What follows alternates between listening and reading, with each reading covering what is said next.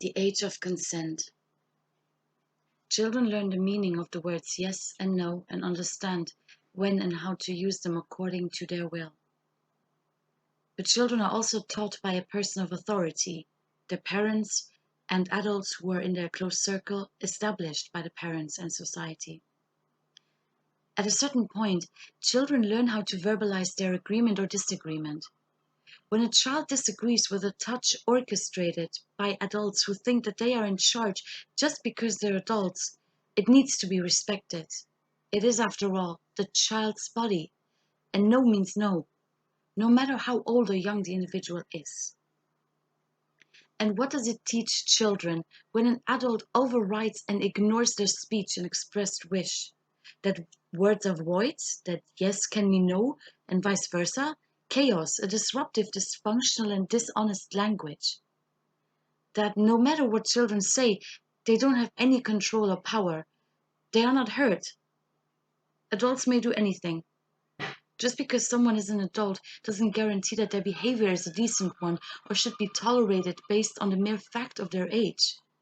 Age per se doesn't mean anything. Wisdom, lessons learned, living by example, progress, those concepts matter. Personal development, how adults deal with children says and shows everything. In the village where I spent years of my life, there was a woman.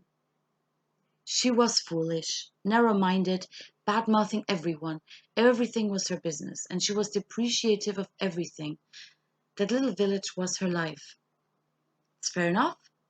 But she would touch my face and my sister's face even when we pulled it away, or showed obvious discontent at her hands being in our faces.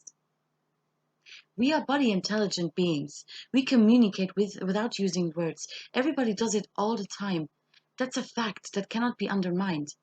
Everybody has a basic awareness whether physical contact with another person works or not. Energy is palpable. It's not some abstract voodoo. Energy is an expression, it's the truth, it matters, and should be acknowledged, and everybody is receptible to it. So this woman, since we were kids, shoved her nose in everybody's business, and her infiltration didn't stop there. She would do the same thing physically. If you see that a child is not happy with the contact that you initiate, stop it. Otherwise, you build the groundwork for a lifelong confusion.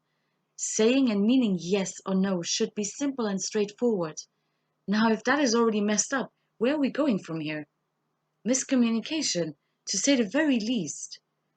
This woman still treated us like children, because she had established a power structure where she as an adult could override our language, and thus we would never be able to get out of that binary opposition that she created.